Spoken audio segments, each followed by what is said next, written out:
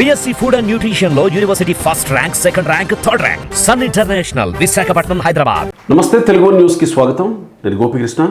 అడుసుపల్లి శ్రీనివాసరావు గారు ప్రముఖ రాజకీయ విశ్లేషకులు మనతో ఉన్నారు. నమస్కారం శ్రీనివాసరావు గారు. శ్రీనివాసరావు గారు, ఏమనిపించింది మీకు మొట్టమొదటిసారి చాలా ఏళ్ల తర్వాత ఆంధ్రప్రదేశ్ పేరుని, ఆంధ్రప్రదేశ్ పునర్విభజన చట్టాన్ని పార్లమెంట్లో దేశ ఆర్థిక శాఖ మంత్రి నిర్మలా సీతారామన్ నోటి వెంట వింటూ 15,000 కోట్లు అదనంగా రాష్ట్రానికి కేటాయించడమే కాక ఇండస్ట్రియల్ కారిడార్, రోడ్స్, రైల్వేస్, ఇవి వెనుకబడినటువంటి ప్రాంతాలకి నిధులు, పోలవరం పూర్తి బాధ్యత, అమరావతి క్యాపిటల్ బాధ్యత, ఇవన్నీ మేము పూర్తి చేస్తాం, కట్టుబడి ఉన్నాం అని చాలా గంటాపదంగా చెప్పేసింది అనమాట. ఎట్లా అనిపించింది మీకు అది వింటున్నప్పుడు పార్లమెంట్? మిల్క్ మైసూర్ పాక్ తిన్నట్టు అనిపించింది. ఎందుకంటే వీళ్ళు ఏమి ఎవరో ఆంధ్రప్రదేశ్కి అనే దానికి అలాగా మనకు అలా అనిపించింది గత పదేళ్లలో చంద్రబాబు నాయుడు గారు వాళ్ళు అప్పుడు ఎన్డీఏ ప్రభుత్వం ఉన్నప్పుడు కూడా 1,500 కోట్లు 1,500 కోట్లు ఇచ్చారు. గుంటూరు, విజయవాడ మున్సిపాలిటీ డెవలప్మెంట్, దాన్ని అమరావతికి మలిచారు. కరెక్ట్. తర్వాత ఇంకోటి ఏంటంటే, ఒకసారి బడ్జెట్లో అయితే పోలవరంకి 150 కోట్లు 100 కోట్లు కానీ ఇచ్చారు. ఇవన్నీ చూసినారు, ఏంట్రా బాబు అని చెప్పి ఇంకే రిక్వైర్ జనం. అలాంటి టైంలో రైల్వేస్కి అప్పుడే లాస్ట్ గవర్నమెంట్లో ₹1 కేటాయించి ఇలాంటివన్నీ కొంచెం ఇబ్బందిగా ఉండేది. అంటే ఇరిటేట్ చేసినట్టు, టీజింగ్ చేసినట్టు, ర్యాగింగ్ చేసినట్టు అనిపించింది. అప్పుడు చంద్రబాబు నాయుడు గారు ఎన్డీఏ గవర్నమెంటు కొంచెం బాగానే ఉందనిపించిన, ఎక్కడో చోట అనుమానాలు, కొంచెం వీళ్ళ ఇబ్బంది పెడుతున్నారనేటువంటి వాతావరణం ఒక్కపోతా ఉన్నది.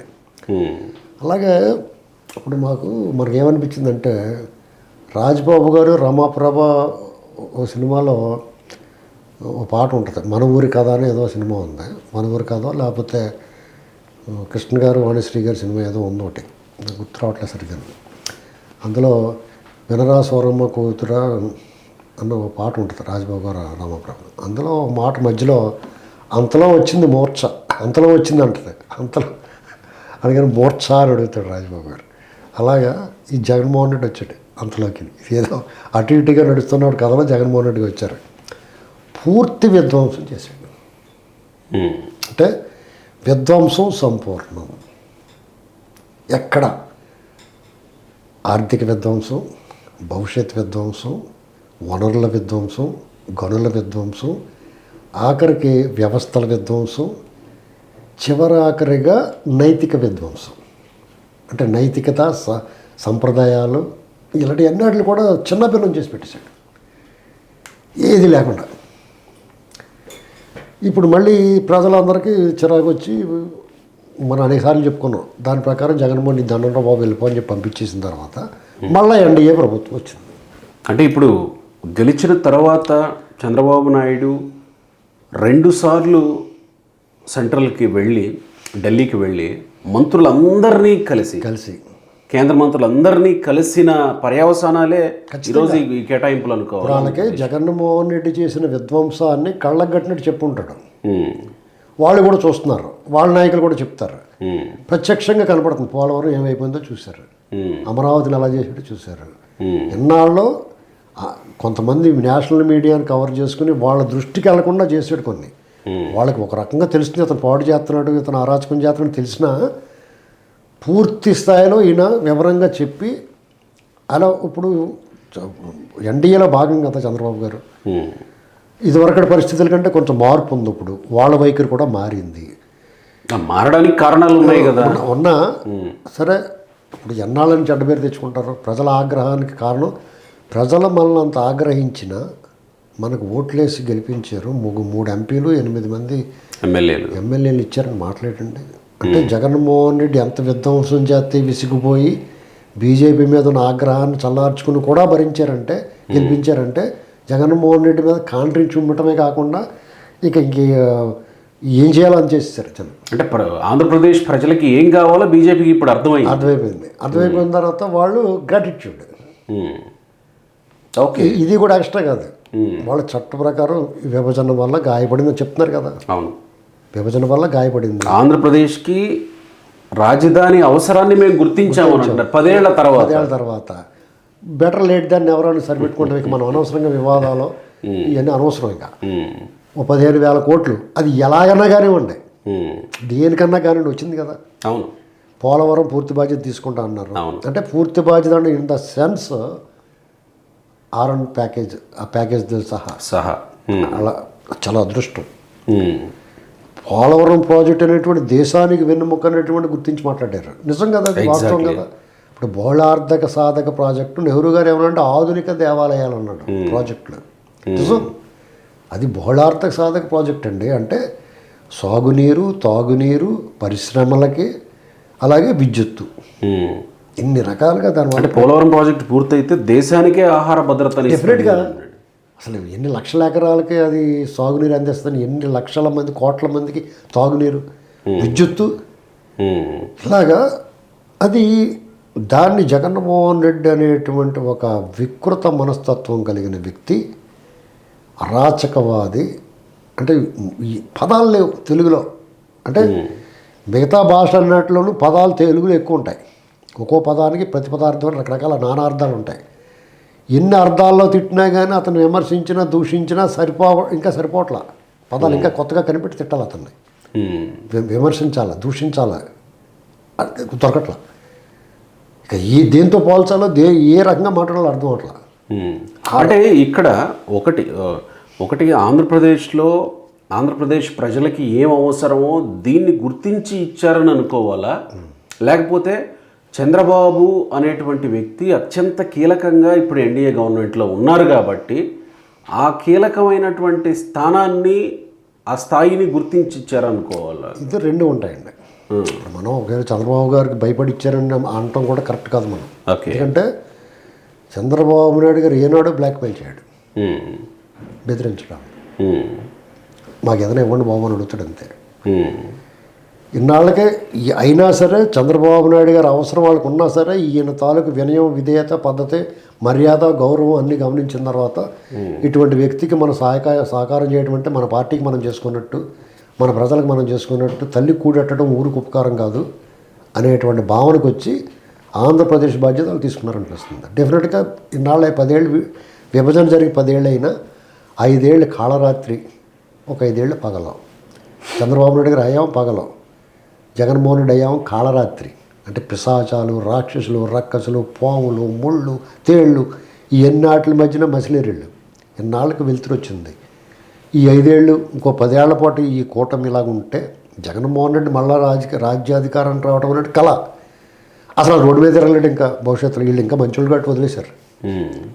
మామూలుగా అయితే నాలాంటి సామాన్యుడికో లేకపోతే రోడ్డు మీద మొక్షనబతులు కాల్చుకుని కూడా కప్పు చెప్పినా కానీ జగన్మోహన్ రెడ్డికి మొక్షనబతి ఎర్ర కాల్చి దూరిపిద్దరు కింద నుంచి ఏంటండి బయట రాకుండా. అది వాళ్ళు చేయలేదు కాబట్టి బయటకు వచ్చి అసెంబ్లీ దగ్గరికి వచ్చి బస్ వదలరావు అంటున్నాడు. అది దాని మొత్తం మీకు ఏమనిపించింది?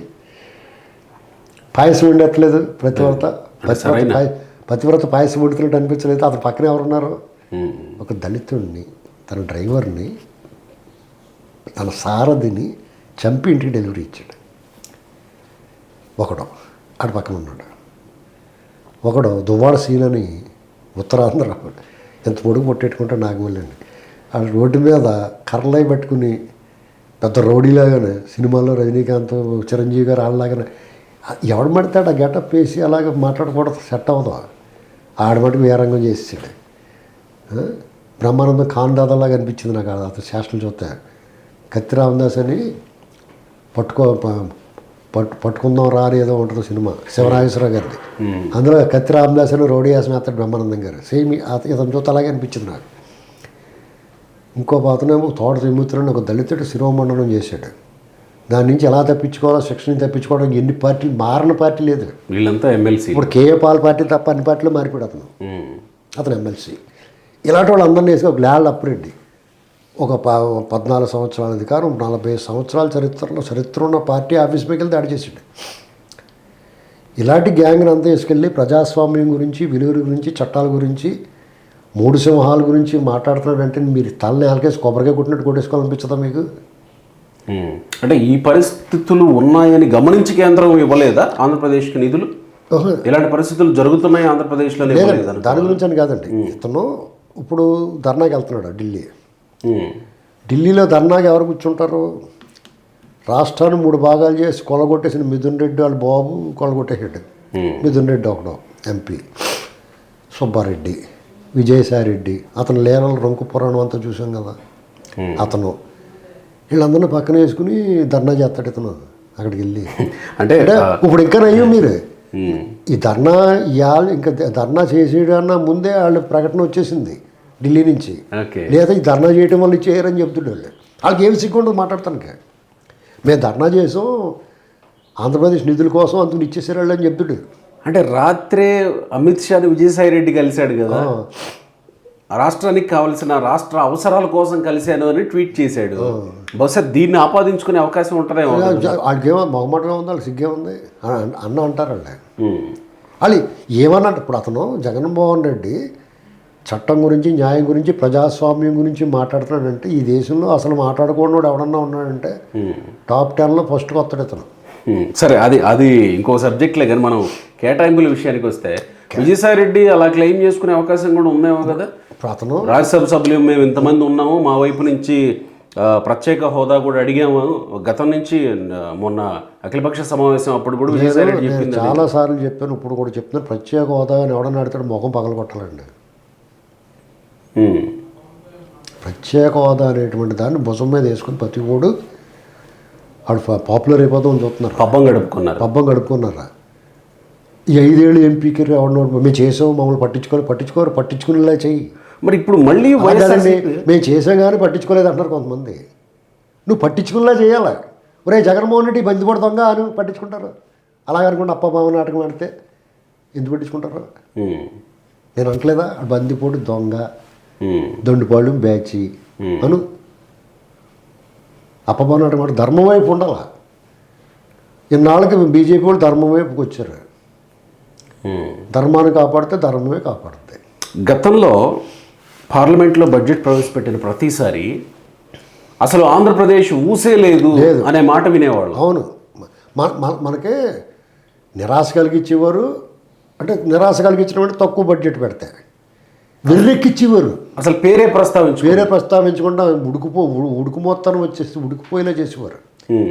దానికి తగ్గట్టుగా ఇన్నాళ్ళు ఉపవాసం పెట్టారు కానీ ఇవాళ మంచి అన్ని నవగాయ పిండి వంటలతో పెట్టేస్తారు. సూపర్ పాయసం, చక్కెర పొంగల అన్నీ పెట్టేస్తున్నారు. ఇప్పుడు ఇంకా పెట్టేస్తారు. ఉక్కిరికి మాకు వద్దండి బాబు చాలండి అన్నీ పెడతారు. నేనేమంటానంటే కేంద్రం ఎలాగ ఇప్పుడు ఇస్తుంది కాబట్టి సువర్ణ అవకాశం, ఆంధ్రప్రదేశ్ని స్వర్ణాంధ్రప్రదేశ్ చేసుకునే అవకాశం వచ్చింది. దీంతో పాటు ప్యారలల్గా ఏం చేయాలంటే ఈ ఎన్డీఏ కూటమి ప్రభుత్వం ఆంధ్రప్రదేశ్లో కేంద్రం నుంచి కొన్ని పర్మిషన్లు ప్రత్యేకమైన అనుమతులు తీసుకోవాలి. ప్రత్యేకమైన అనుమతులు తీసుకుని జగన్మోహన్ రెడ్డి గ్యాంగ్ వాళ్ళ అధికారులు నేను చాలాసార్లు చెప్పాను, మళ్ళీ చెప్తున్నాను, మళ్ళీ చెప్పాలా. జగన్మోహన్ రెడ్డి, పెద్దిరెడ్డి, సుబ్బారెడ్డి, సాయిరెడ్డి, ఇంకో రెడ్డి, చెవిరెడ్డి, ఆ రెడ్డి, ఈ రెడ్డి వీళ్ళందరూ ఎంత దొబ్బేశారో అది. ఈ అధికారులు సీతారామాయణాలు మొదలుకొని జగన్ బూట్లు నాగిన అధికారులు, ఐఏఎస్లు, ఐపీఎస్లు, జవహర్ రెడ్డితో సహా వీళ్ళందరి దగ్గర నుంచి మొత్తం డబ్బు కక్కించాలి. అంటే మీరు అనేది రికవరీ చేస్తే చాలు, ఆంధ్రప్రదేశ్ రికవరీ చేయించాలి. ఎలాగా నిర్మాణం అయిపోతుంది. కేంద్రం నుంచి ప్రత్యేక అనుమతులు తీసుకోవాలి. వీళ్ళకి చట్టం తాలూకు కొన్ని లొసుగుల్ని, వెసులుబాటుల్ని ఉపయోగించుకుని అడ్డం పెట్టుకుని ఇప్పుడు ఏదో రకంగా తప్పించుకుని బెయిల్ మీద తిరుగుతుంది. జగన్మోహన్ రెడ్డి 10 ఏళ్ళ నుంచి బెయిల్ మీద తిరగట్లేదా? ఎన్నాళ్ళకి రికవరీ అవుద్ది? ఇప్పుడు వాళ్ళందరూ ముందు డబ్బు కట్టేసి తర్వాత కేసు చూసుకోరా బాబు అని చెప్పాలి. నువ్వు అక్కడ మా ఋషికొండ మీద మా ప్యాలెస్ కట్టారు, నేను ఎవడ కట్టమన్నాడు, ఎందుకు కట్టావు, రైట్, దేనికి ఉపయోగం, నువ్వు దేనికోసం కట్టావు చెప్పు. వాడు ఏదో చెప్తాడు కదా, అది కాదని వెంటనే అప్పటికప్పుడు ఇలా కూర్చొని ముఖాముఖి కూర్చొని తేల్చాడు జడ్జి గారు. వాయిదాలు వచ్చి వారం లేకపోతే నా ముందు వద్ది ఇలాంటివి ఉండకూడదు. మన దేశంలో ఉన్న చట్టాలతోటి అంత వేగంగా నేను అందుకునే ప్రత్యేక అనుమతి, ప్రత్యేకమైన అనుమతులు కావాలి. నేను అందుకునే ప్రత్యేక అనుమతులు. నీకు తోలు తీసేస్తామండి, తల కిందలు ఎరడదీస్తామండి, కింద మంట ఎడతామండి, జుట్టు కాలిపోయినా కానీ గుండు కొరికి ఇచ్చేస్తామండి, తోలు తీసేస్తామండి, జలగలను వదిలేస్తామండి, మీద జలగల్ని మండగబ్బల్ని తొండల్ని వదిలేస్తామండి ప్యాంట్లలోను అని చెప్పాలా. అప్పుడు వాళ్ళు ఏం చేస్తాడో ముందు ఇచ్చేస్తాడు. ఇవ్వటం కానీ దొబ్బునోడు ఇవ్వడా. ఇప్పుడు మీ ఇంట్లో దొంగతనం జరిగిందండి, పోలీసు వాళ్ళు దొంగను పట్టుకున్నారండి, దొరికాడు కదా అని చెప్పేసి కోర్టుకు వాయిదాకి రారా పర్లేదని కూల్ డ్రింక్ ఇచ్చి పంపిస్తారా? అంత ఈజీగా ఇస్తుందా కేంద్రం పర్మిషన్స్? తేవాలే. ఇస్తారా? అప్పుడు ఏం చెప్పాలి, అలా తెస్తే మీకు మంచి పేరు వస్తుంది. దొంగల నుంచి దొంగలు పట్టుకోవడమే కాదు, రికవరీ కూడా చేసాము. ఇప్పుడు దొంగలు, బందిపోటు దొంగలు, దారి దోపిడీ వాళ్ళు, దొండపాళ్ళెం గ్యాంగ్ దగ్గర రికవరీయే కాకుండా రాజకీయంలో ఆర్థిక నేరాలు చేసి ఉగ్రవాదాన్ని మించిందని చెప్పేసి సుప్రీంకోర్టు వ్యాఖ్యానించింది. అటువంటి వాళ్ళ దగ్గర నుంచి మీరు రికవరీ చేయడం అంటే ఇది ఒక చరిత్ర. అంటే నిన్నగాక మొన్న రాజ్యసభ డిప్యూటీ చైర్మన్గా అయోధ్య రామిరెడ్డి నియామకం అయ్యారు. విజయసాయిరెడ్డి నిన్న అమిత్ షాని కలిశారు. ఈ పరిణామాలన్నీ చూస్తున్న తర్వాత మీకు అనిపిస్తుందా అలాంటి అనుమతులు వస్తాయని అడిగినా కానీ? అందుకునేనండి ట్రై చేయాలని చెప్తున్నాను నేను. ఇప్పుడు విజయసాయిరెడ్డి అన్నాడు, ఒకవేళ వాళ్ళకి చెప్పాలి ఇతను శాస్త్రంలో ఇతను దేవస్థానం భూములు అడ్డం పెట్టుకుని, ఈ పదవిని అడ్డం పెట్టుకుని, అందులో ఉన్న ఉద్యోగులను అడ్డం పెట్టుకుని వాళ్ళు వశపరుచుకుని ఏ రకంగా దోపిడీ చేసాడో ప్రజల ముందు పెట్టడం వల్ల మీకు ఏంటి రేపొద్దున ప్రయోజనం, ఓట్లు వేస్తారేమో అనుకుంటున్నారు. వాళ్ళ దగ్గర రికవరీ చేయగలిగితే నిజంగా దోషిని దొంగోడిని ఎస్టాబ్లిష్ చేయడం అవుద్ది. ఇప్పుడు జగన్మోహన్ రెడ్డి ఇవాళకి కూడా నన్ను అన్యాయంగా అరెస్ట్ చేశారు అన్నాడు, కానీ నేను దొంగోడని చెప్తే ఒప్పుకోవట్లేదు కదా. అతను దొంగోడని ఒప్పుకోవాలంటే ఏం చేయాలి, అది రికవరీ చేసుకోవాలా. రైట్. ఇప్పుడు మీకు మా పెద్దిరెడ్డి వాళ్ళు 800 ఎకరాలు కొట్టేశారు, ఒక కలెక్టర్ వాళ్ళకి రాసి ఇచ్చాడు, అక్కడ దస్త్రాలని తాళెట్టేశారు. ఇప్పుడు పెద్దిరెడ్డి మీద కేసు పెట్టి అతను కూర్చోబెట్టి విచారణ ఎందుకు చేయరు మీరు? అతను తప్ప అక్కడ ఎవడున్నాడు డాన్, అంత డాన్. ఈ విషయంలో ఈ ప్రభుత్వం ఎంత నిర్లక్ష్యం చేస్తే అంత నష్టం, ప్రజలకు నష్టం. రైట్. ఆ డబ్బులు రికవరీ చేస్తే మీకు 15,000 ఇచ్చారని సంఘాలు గుద్దుకోకూడదు. 1,00,000 కోట్లు 2 లక్షల కోట్లు ఉంటాయి వాళ్ళ దగ్గర నుంచి రికవరీ. ఇప్పుడు రైట్. అంతా రికవరీ అవుతాం. సో ఇప్పుడు కేంద్రం ప్రకటించిన దీంతో రానున్నవి మంచి రోజులే, మంచి రోజులు వచ్చేసాయి అంటే ఎప్పటి నుంచో అనుకుంటూ ఎలక్షన్స్కి ముందు నుంచి మంచి రోజులు రాబోతున్నాయి, మంచి రోజులు రాబోతున్నాయి అని చెప్పుకుంటూ వచ్చారు కదా. మంచి రోజులు వచ్చేసాయి అని అనుకోగలం ఒక మాటతో దీన్ని? డెఫినెట్గా అండి. రైట్. ఎందుకంటే ఆ సూచనలు కనపడుతున్నాయి. రైట్. పాజిటివ్ ఇప్పుడు స్వాగతించాలి. ఇప్పుడు నేనైతే పాజిటివ్ థింకింగ్ అండి ఎప్పుడు కూడా. ఎలాంటి పరిస్థితుల్లో కూడా మంచిగా జరుగుతుందని చూస్తాను. డెఫినెట్గా నాకు అలా కనిపిస్తుంది. కొంతమందికి వంకరగా ఆలోచించే వాళ్ళు ఉంటారు. వీళ్ళు ఎన్ని ఇచ్చినా కానీ అదిగో తలసరిగ్గా దూకోలేదని చెప్తాడు ఒక ఆయన ఉన్నాడు హైదరాబాద్. అంటే మళ్ళీ బీహార్తో పోల్చే అవకాశం కూడా ఉంటుంది అనమాట. ఇలాంటి బీహార్కి అంత ఇచ్చారు కదా, మాకు ఎందుకు ఇంత ఇచ్చారు? బీహార్ ఎలక్షన్స్ అప్పుడు 1,00,000 కోట్లు ప్రకటించారు కదా, ఆంధ్రప్రదేశ్కి ఎందుకు ప్రకటించలేదు? ఇలాంటి మళ్ళీ వస్తూనే మీకు ఆ వంకర మాటలు పట్టించుకోకూడదు. నీ చేతిలోకి వచ్చిన చంకర పొంగల్ నువ్వు తినే శుభ్రంగానే మళ్ళీ ఇప్పుడు ప్రతి మానవ సహజం. మీరు ఎప్పుడన్నా సరే మీరు ఒక హోటల్కి వెళ్ళండి, మీరు కాకుండా ఇంకో వేరే వాళ్ళు కూడా కూర్చొని మీరు ఇద్దరు ఫ్రెండ్స్ వెళ్ళారు, ఇంకొక ఇద్దరు వచ్చారు అనుకోండి, ఎవరో వేరే వాళ్ళు ఆ టేబుల్ మీద. వాడికి ఒక ఐటెం వస్తుంది, మీకు ఒక ఐటెం వస్తుంది. వాడు తినకుండా మీరు ఏం తింటున్నారో ఆసక్తిగా చూస్తాడు. మానవ సహజం అండి ఇది. మనం కూడా అంతే, మనం ఏం తింటున్నా చూసి ఆడు ఏం తింటున్నాడో చూస్తాం. కానీ మనం సంతృప్తిగా తినాలి. కావాలంటే అది కూడా నువ్వు తెప్పించుకున్నాను మెల్లగానే. Right sir, thank you.